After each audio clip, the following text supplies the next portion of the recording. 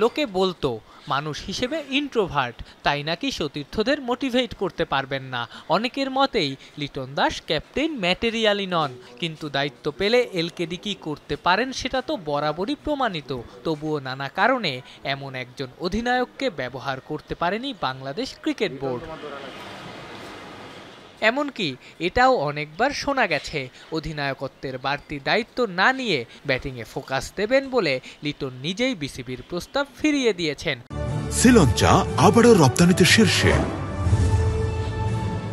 West ইন্ডিজকে টি-20তে white ওয়াশের তাজা স্মৃতি উপহার দেয়া লিটনকে যদি পাকাপাকিভাবে ক্যাপ্টেন্সি অফার করা হয়, এবারও কি ফিরিয়ে দেবেন?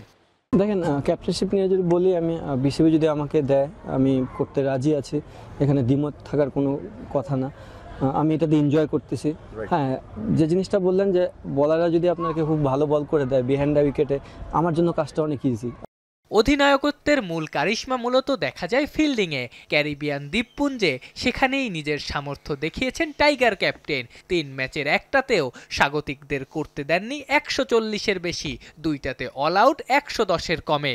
অধিনায়ক বলছেন বোলারদের সাহায্য আর কোচের ভরসাই এনে দিয়েছে এমন সাফল্য। নতুন কোচ এসেছে, উনি অনেক ফ্রেন্ডলি। সবচেয়ে বড় ডিসিশন যে জিনিসটা আমার খুব ভালো লেগেছে, যে উনি কখনো প্লেয়ারদের উপর চাপায় দেন না। আমরা যেহেতু অনেক দিন ধরে ক্রিকেট খেলতেছি, আমাদেরও কথার মূল্য আছে, সো উনি এই জিনিসটা গ্রহণ করে। আর সালাউদ্দিন স্যারের বিষয়টা যেটা বললাম, যে আমরা ম্যাক্সিমামই স্যারের হাত ধরে কোথাও না কোথাও খেলেছি এবং স্যার আমাদেরকে খুব ভালো মতনই চিনে। তো আমার মনে হয় কনভারসেশনগুলো খুব ভালো হচ্ছে ড্রেসিং রুমে, এবং স্যার খুবই ফ্রেন্ডলি একটা মানুষ, যার সাথে আপনি সব ধরনের কথা বলতে পারবেন। অধিনায়ক হিসেবে লিটনের সাফল্যের অভিজ্ঞতা কম না। ইন্ডিয়ার মতো প্রতিপক্ষকে ওয়ানডে সিরিজ হারানো, আফগানদের সাথে রেকর্ড গড়ে টেস্ট জেতা, বিসিএল ওয়ানডেতেও চ্যাম্পিয়ন, বিপিএল এ রানার্স আপ, সবশেষে টি-20তে ওয়েস্ট ইন্ডিজকে হোয়াইট ওয়াশ করা, সেটাও ক্যারিবিয়ানদেরই মাটিতে। কতখানি অবিশ্বাস্য, যারা ক্যারিবিয়ানদের টি-20 সামর্থ্য সম্পর্কে জানেন তারাই বুঝবেন। আফনান পিয়াল, যমুনা স্পোর্টস, ঢাকা।